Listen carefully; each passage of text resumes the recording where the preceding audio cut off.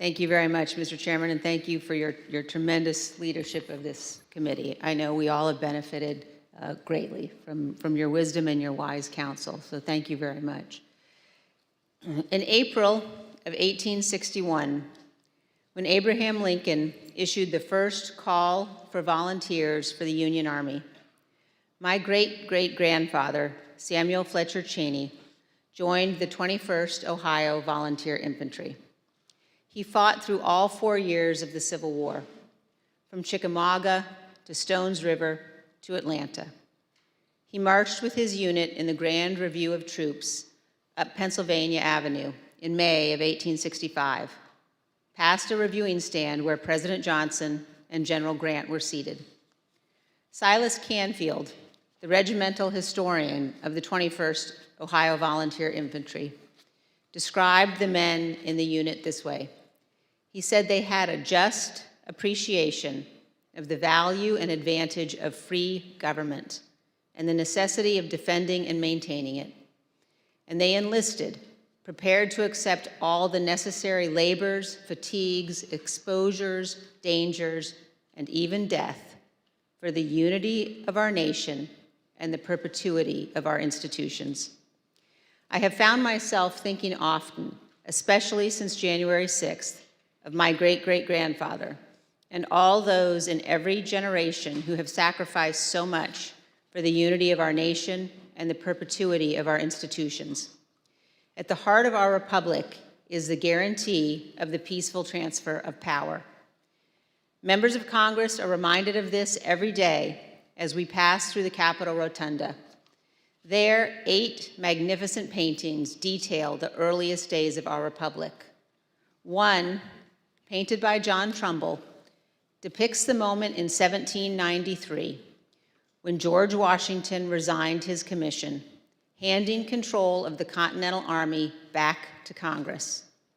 Trumbull called this, quote, one of the highest moral lessons ever given the world. With this noble act, George Washington established the indispensable example of the peaceful transfer of power in our nation.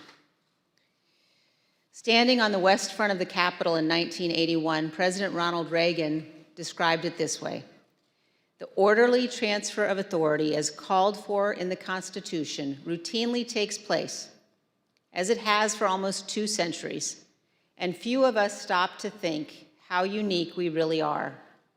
In the eyes of many in the world, this every 4-year ceremony that we accept as normal is nothing less than a miracle. Every president in our history has defended this orderly transfer of authority, except one. January 6, 2021 was the first time one American president refused his constitutional duty to transfer power peacefully to the next. In our work over the last 18 months, the Select Committee has recognized our obligation to do everything we can to ensure this never happens again. At the beginning of our investigation, we understood that tens of millions of Americans had been persuaded by President Trump that the 2020 election was stolen by overwhelming fraud. And we also knew this was flatly false.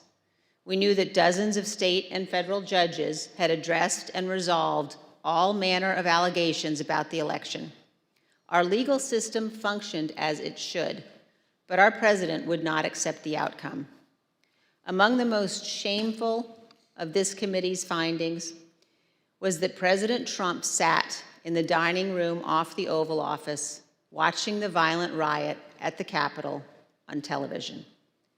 For hours, he would not issue a public statement instructing his supporters to disperse and leave the Capitol, despite urgent pleas from his White House staff and dozens of others to do so.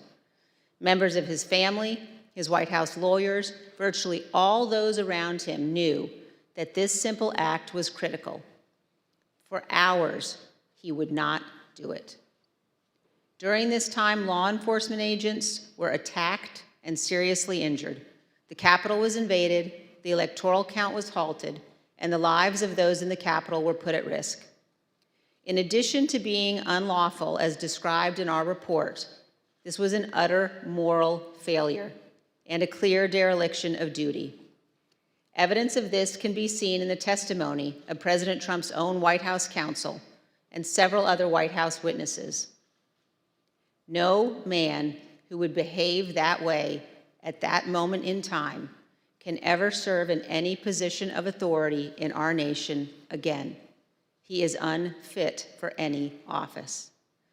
The committee recognizes that our work has only begun. It's only the initial step in addressing President Trump's effort to remain in office illegally.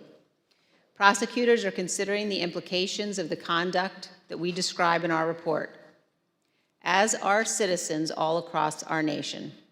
In 1761, John Adams wrote, "The very ground of our liberties is the freedom of elections." Faith in our elections and the rule of law is paramount to our republic. Election deniers, those who refuse to accept lawful election results, purposely attack the rule of law and the foundation of our country. The history of our time will show that the bravery of a handful of Americans doing their duty saved us from an even more grave constitutional crisis. Elected officials, election workers, and public servants stood against Donald Trump's corrupt pressure. Many of our committee's witnesses showed selfless patriotism, and their words and courage will be remembered. The brave men and women of the Capitol Police, the Metropolitan Police, and all the other law enforcement officers who fought to defend us that day saved lives and our democracy. Finally, I wish to thank my colleagues on this committee. It has been a tremendous honor to serve with all of you. We have accomplished great and important things together, and I hope we have set an example. And I also want to thank all of those who have honorably contributed to the work of our committee and to our report. We have accomplished much over a short period of time. Many of you sacrificed for the good of our nation. You have helped make history, and I hope helped to right the ship. Thank you, Mr. Chairman. I yield back. Gentlelady yields back. As you know,